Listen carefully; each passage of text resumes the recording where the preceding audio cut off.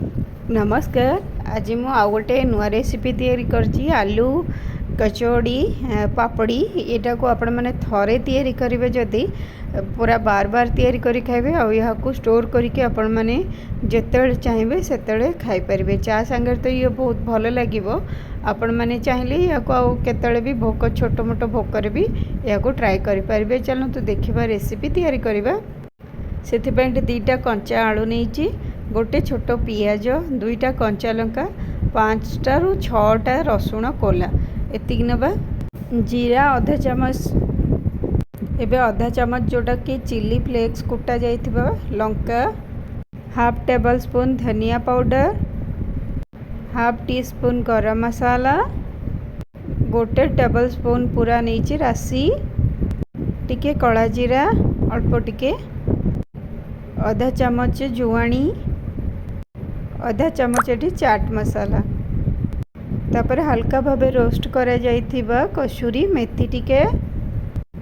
एबे मसाला प्रिपेयर करनेले गोटे पाख रखी नबा। आ गोटे बोल रे 2 कप अटा नहीं नबा। एही मेजरिंग कप साहाय्य 2 कप अटा नेले। एबे चलंतु आलू को चोपा छड़ाई छोट छोट कटा कर नबा, पियाज को भी छोट कटा कर नबा, कंचा लंका को भी काटी नबा। एबे सब काटिकी मु धोईकी गोटे ग्राइंडिंग जार भितर नहीं पियाज भी छोट कटा, कंचा लंका और रसुण टीकू टिके ददरा कुटा कर देइछि, जेहेतु बाटी हुएनी भल करिकी सेथिपाई। तो आम यह बाटी नबा। एबे भल करी पूरा चिकनिया पेस्ट कर नबा। एमे हमर पेस्ट तैयारी हो गला। चलते एबे आ गोटे बोल रे काढ़ी नबा।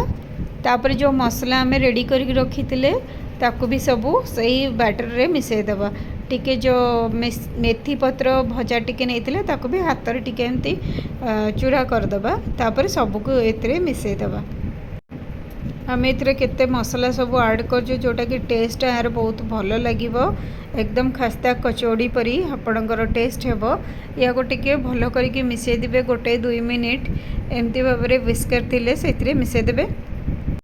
एबे आधा चामच लूण पके नेबे आउ 2 टेबल स्पून एटी घी देबे। घीटा को टिके तरलैकी दे देबे। तापरे भल करके एबे सबको पुणी थरे मिसई नेबे। जेहेतु आमे लूण आउ घी पछरे ऐड कले तो या को आउ टिके भल करी मिसई देबे। आउ टिके भल टेस्ट पई छोट कटा जाइथिबा धनिया पत्र भी पके नेबे। तापरे या को भी टिके भल करी मिसई देबे। आपण माने यहाँ को ट्राए निहाती भाव में करंतु। चैनल को लाइक शेयर सब्सक्राइब करंतु, वीडियो को पूरा भी वॉच करंतु, तेबे जाइकी आपण माने जानी परिबे प्रोसेसटा। एबे आलू जो बटा मसला संगरे एबे सबू अटा को मिसई देले। फर्स्ट टिके हल्का हल्का भाव में एमती मिसई दियंतु। एठी मु पानी बिल्कुल भी ऐड करनी, जते कि आलू मिक्सचर पानी थिला सही हिसाब रे सही सेतिक रे भी बाइंडिंग बहुत भल भाव अटा आमर चकटा भल करी प्रस्तुत हो। तो से आपण मैंने बिल्कुल भी पानी ऐड करें।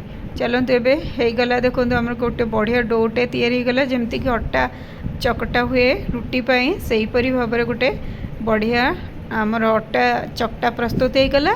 आपण को गुड़ाटे करके देखली। चलते एबे 10 मिनट या रेस्ट देदेबा। तापर पुणी 10 मिनट पर तैयारी करबा। एबे 10 मिनट पर मस्ची पुणी तैयार करबा। या को आउ टिके भल करी चकटिके पूरा चिकनिया कर नेबे।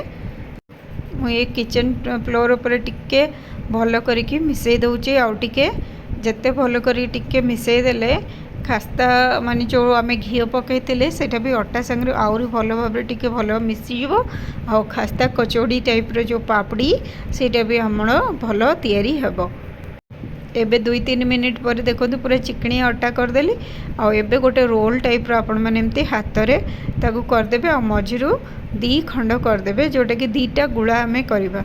एठू गोटे आउ गोटे सेटा ए 2टा को एबे गुड़ा बने नेबे। चाहिए आपण छोट छोट गुड़ा भी कट करके बेली पारिबे। आ या को पापड़ी जो करिवे ताकू बहुत पतला भाव में बेलिबे। एबे चलंतु बेला करनबा। एमती भाव में सीट मोर किचन सीट जो फ्लोर अच्छी तारी ऊपर मु भल करके यहाँ छोट पूरा पतला गोटे रुटी बेली नेबे। फोर्क साहाय्य भल करके एमती टिके दाग लगे देबे। नहले जदि भल करी दाग न लगेबे ताले आपण जानिथिबे फुलीजिवो। तापर गोटे गिना नहीं नेबे से गिनारे कि आपण पाखरे जे जो साइज रो कटिंग करिया को थिबो से हिसाब रे आपण माने कट कर नियंतु। मोर पाखरे गोटे छोट गिनाटे थिला मु से हिसाब रे कट करची। आ गोटे ठिपी साहाय्य रे भी मु ताकू करथिली। मु आपन सेटा देखेनी किंतु आपण जेमती हिसाब रे करबे को चाहउचंदी जेते बड़ साइज रे आपण को साइज रे आपण माने करनत। आ छोट छोट पीसेस जो बाहरला ताको भी एबे आ गोटे गुळा बने देबा। जो बाकी सब अच्छी अटार गुळा सेतरे मिसे के पुणी रुटी करके एमती कटिंग करके रखी नबा। गुळा छोट छोट गोल गोल पापड़ी एकदम खाइबा को टेस्टी क्रंच और क्रिस्प चा संगे बहुत बढ़िया बहुत टेस्टी लगिवो। एबे सब आम प्रिपेयर करने गले देखो किसी छोट साइज रो भी तैयारी करछि और टिके हल्का मोटा करछि ये भी बहुत भल है।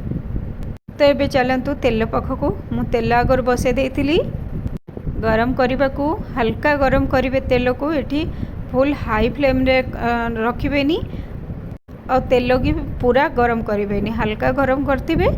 तापरे पापड़ी सब को पकई नेबे एपाख सेपाख आपण माने पलटै देबे जेते पर्यंत या हेई जाउची क्रिस्प हबो सेते पर्यंत आपण माने या को उलट पलट करके भलो करके फ्राई कर नेबे। आपण माने जो मैदार पापड़ी सेटा भी खाइबा एकदम भूली जिवे।